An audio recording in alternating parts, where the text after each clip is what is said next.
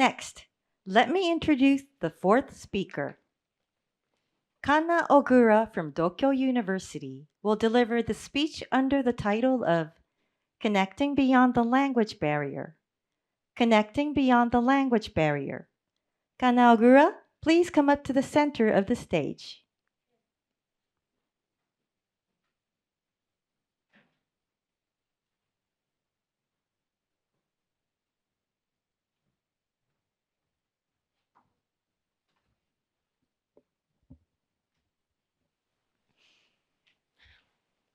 Thank you, the Masters of Ceremony and honorable judges. Hello, everyone. Can you imagine what it feels like to step into a classroom where no one can understand your language? You cannot understand what teachers are saying or why others are laughing. When you want to share something with someone, you cannot even find the words. I was 8 years old when I first experienced this isolation in the community. My family moved to the United States, and I was thrown into a whole new environment without knowing a single word of English. The language barrier made me anxious every time I entered the classroom. Now, 42% of foreign children in Japan are facing the same struggles. Just because they speak different languages or come from different cultures, they struggle to receive a proper education and may even become targets for bullying. Should we just ignore the plight of these students? I say no. Today, I'm standing here to share why this is a challenge we must address together and how both individual and systemic changes can make a difference. When I lived abroad, at first, I could not speak English at all, and communication felt painful and frustrating. I remember when we had a class where everyone read the same books. I was still at the level of reading picture books. A classmate told everyone around me, "Look, she has only read this much." The words stung, and I felt so small, like I did not belong. Everyone knew I was not fluent in English, but having it pointed out in front of others made me want to disappear. But the hardest moment came during the pair work activity.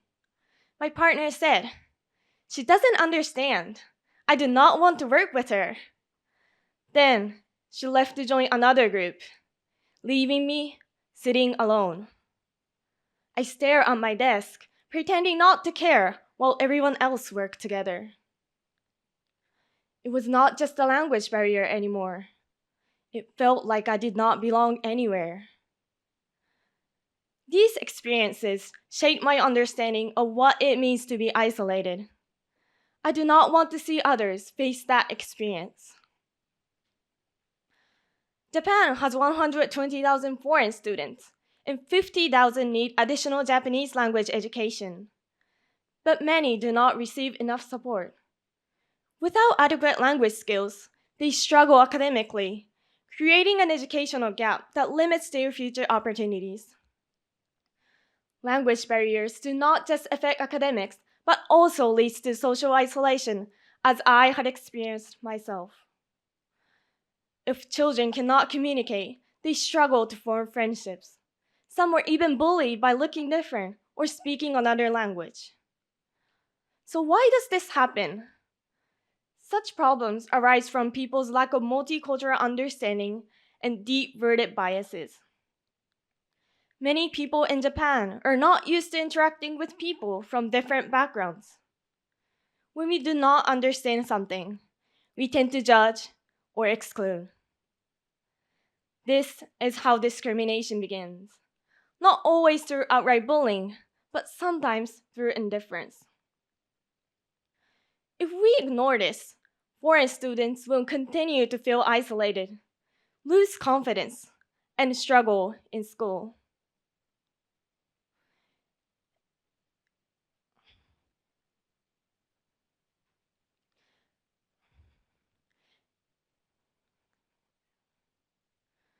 This is not just their problem, it is our problem. Japan is becoming more diverse. If we do not learn how to support people from different backgrounds, we will all suffer the consequences of a divided society. So how can we change this? First, on the individual level, small actions can make a big difference. When I struggled with English, what helped me the most was not just words, but nonverbal communication. One classmate would always give me a high five every time he saw me. At first, I did not understand why, but over time, that simple act made me included. This is connected to the Mehrabian theory of communication, which says 93% of communication is nonverbal, tone, and body language. This means that even without the words, we can still connect through gestures, smile, and kindness. So if you meet someone struggling with Japanese, be patient. Use gestures. Smile. Show kindness. You do not need to be fluent in another language to make someone feel welcome. Second, on a larger scale, schools and society must improve language support and multicultural education. For example, IG has a special Japanese classes that provide language and emotional support. Expanding programs like these across Japan would ensure that many children receive the help they need. Additionally, students need more multicultural exposure and experience from a young age.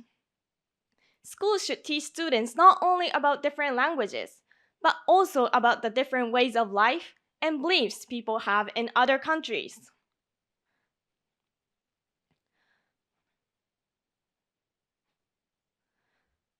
This will create a generation that is more open-minded and accepts diversity. It is not just about helping foreign students. It is about building a more inclusive and welcoming society. We cannot just leave this to policymakers. Change starts with us. Saying hello, offering help, giving a high five can make a difference. These small actions, when accumulated, will create a future where no child feels isolated. A future where every student, regardless of their backgrounds, feels safe to learn and make friends. So let me ask you, what will you do when you see a child struggling with the language barrier? Will you look away or will you take action? The choice is yours. Thank you. Thank you so much, Kanna Ogura. Then we will have a question and answer session. Dr. Sasayama, please. All right. Thank you, Kanna, for your quite inspiring speech. Thank you. So in your speech, you talked about your quite painful experience of growing up in the US. And I wonder if you have seen any examples of social isolation in the Japanese context.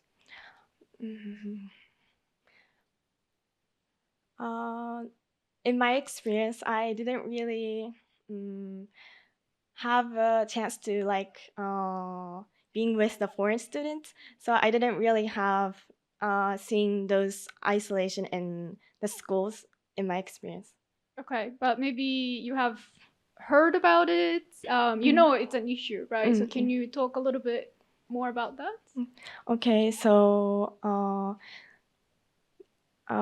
Japanese students tend to maybe feel scared to talk to the foreign students because they have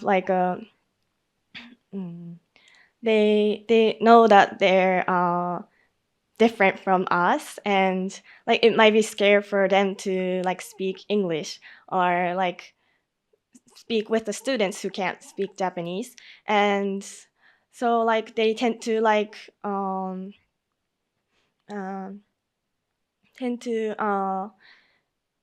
not speaking to them, and I think that the English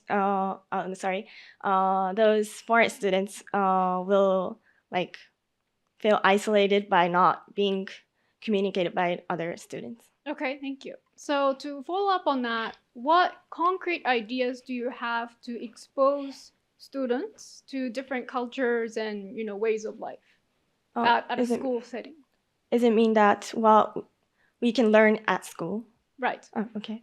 I think one suggestion I could make is that we can study other cultures, and I think that one way is that to look at the videos of other culture and learn the differences from the other culture and Japanese culture. I think in the class we can have a time to look some video of those. Okay, thank you. And to implement that idea in the classroom, what kind of support do you think teachers may need? Okay. Does it mean that other than watching videos, what teachers can? So the teachers need to, think about what to teach in the classroom. What kind of materials. What kind of teacher support do you think is necessary to implement the idea that you're talking about? Does it mean that what teacher needs to learn? What teacher needs to learn, or what kind of resources? Do we need to train teachers? I'm answering my own question. So what do you think? I think that teachers need to learn about different cultures and about the differences from Japanese culture and other countries, I think. Okay, thank you. Thank you, Dr. Sasayama. Mr. Comfort, please. Thank you very much, Kanna, for your speech. So you're speaking to a room of adults, of engineering students, of whatever it is that you're studying. Who do you think actually most needs to hear your message? We are not the ones in the classroom. We may not actually have, as you say here, what would you do when you see a child struggling with language barriers? That might not be something that we experience. Who do you think most needs to hear your message? I think that I want to tell this speech to elementary school students or junior high school students who's in the class that has foreign students. Yes. Okay. So you were 8 years old when you went. How old were you when you returned, when you came back? Approximate. 11 or 12. Okay. What did you realize, or what was your experience like to come back into a Japanese classroom after having been 3 years in an American one? Does it mean what I found the differences? Yeah, the differences, your emotional experience, your academic experience. So I used to live in Japan before going to the United States. So I didn't really have a shock or anything when I come back to Japan. But I think that's what I think the difference is that in the United States, in the classroom, there are many kinds of students from many backgrounds, and compared to Japan, because in Japanese classes, there are mostly many of them are Japanese, and few there might be students from foreign students, but I think that's the difference. Thanks. So I'm going to piggyback on something that Dr. Sasayama asked. She asked, what specific supports would teachers need? I'm going to ask, you referenced that Aichi has special Japanese classes that provide language and emotional support. I would like more details about that. Not how do you support the teachers who are teaching the Japanese students, how do you support the foreign students in concrete examples, please? I think that's what they need most is, I think, that a Japanese support, but I think that they also need an emotional help, because if they feel lonely at school, or when nobody to speak to them, I think that they feel so lonely. So just listening to them of what happened at school or what struggles they have now is, I think, it's a thing that we can help for them. It's very obvious that your experience gave you a lot of empathy. And while I appreciate that watching videos and learning about other cultures can be an academic, it can develop an intellectual empathy, I wonder if you believe that that is enough, or if there are, I think I'm basically asking to dig a little bit more into your response to Dr. Sasayama. Is that enough, or do we need more than just videos in the classroom? I don't think that's enough. But like if we can it's my personal opinion, but if I could, if I was a teacher, I think that I want to have like a Zoom with the other countries' school and like have like a communication and like have some activities together. I think that's another thing that we can do. Thank you very much, Kanna. Thank you. Thank you, Mr. Confer. Again, thank you so much, Dr. Sasayama, Mr. Confer, and Kanna Ogura. Please give the judges a few minutes to mark their judging sheets.